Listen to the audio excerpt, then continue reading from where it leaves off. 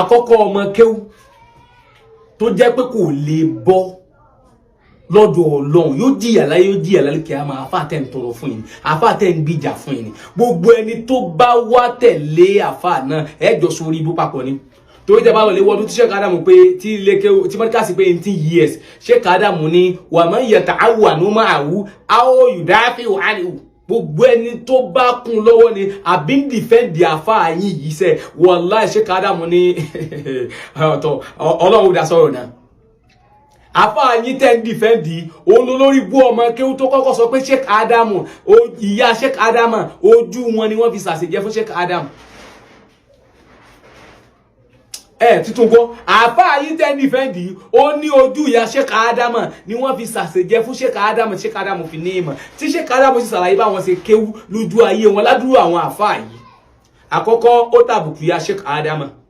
ó tàbùkù bàbá tó bí ìyá Sheikh Adamu ó tàbùkù ìyá tó bí ìyá Sheikh Adamu ó wá tàbùkù Sheikh Adamu gẹ́gẹ́ ó tàbùkù bàbá Sheikh Adamu ó tàbùkù bàbá Sheikh Adamu ó wá tún tàbùkù gbogbo tí ń jọ Muhammad kasi láyéláyé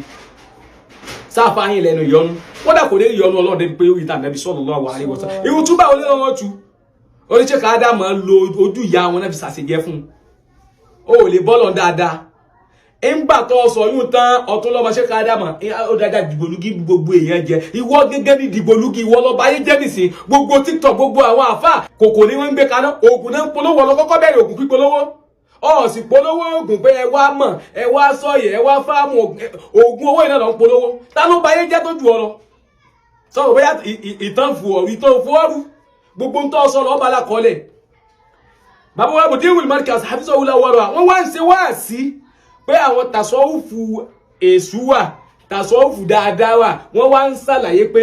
bẹ́ẹ̀ náà ni lápá báyìí ìwọ tó ń dá sí i tó ń yọnu sọ̀sọ̀sọ̀ ẹ wo tírà yìí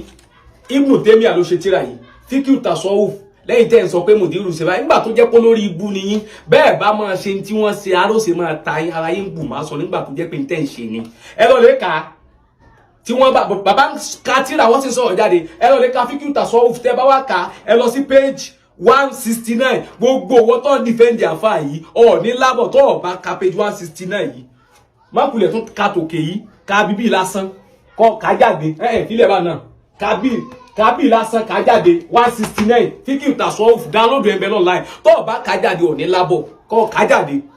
káwọn náà wá sọ pé wọ́n bá ti ká jáde nìkan báyìí ló ń bá wí Ibn Taymiyyah ló ṣe tírà yìí náà àfáà yìí ló dàgbà kó lẹ̀ àfáà yìí lẹ́nu tó kọ́kọ́ fi gún gbogbo fámìlì Sheikh Adamu láyé gbogbo ẹni tó bá wá fẹ́ kí mọ́díkàsì wó láyé yìí àbẹ́ni tó bá fẹ́ pa Mudiru pátá làfáà yìí wọ́n sọ̀pọ̀tì àfáà yìí wọ́n pọ̀ ńlọ́lá kọ́ mọ̀ pé ó ti léso pẹ̀lú ògùn Ọlọ́run èso tó ní àfi tó bá yẹ pé Sheikh Adamu sàbòsí rẹ̀ ló kù ní òní gbogbo àwọn èso rẹ̀ onírẹ̀dà lójú ayé rẹ̀. Assalamu alaikum warahmatullahi ta'ala wabarakatuh.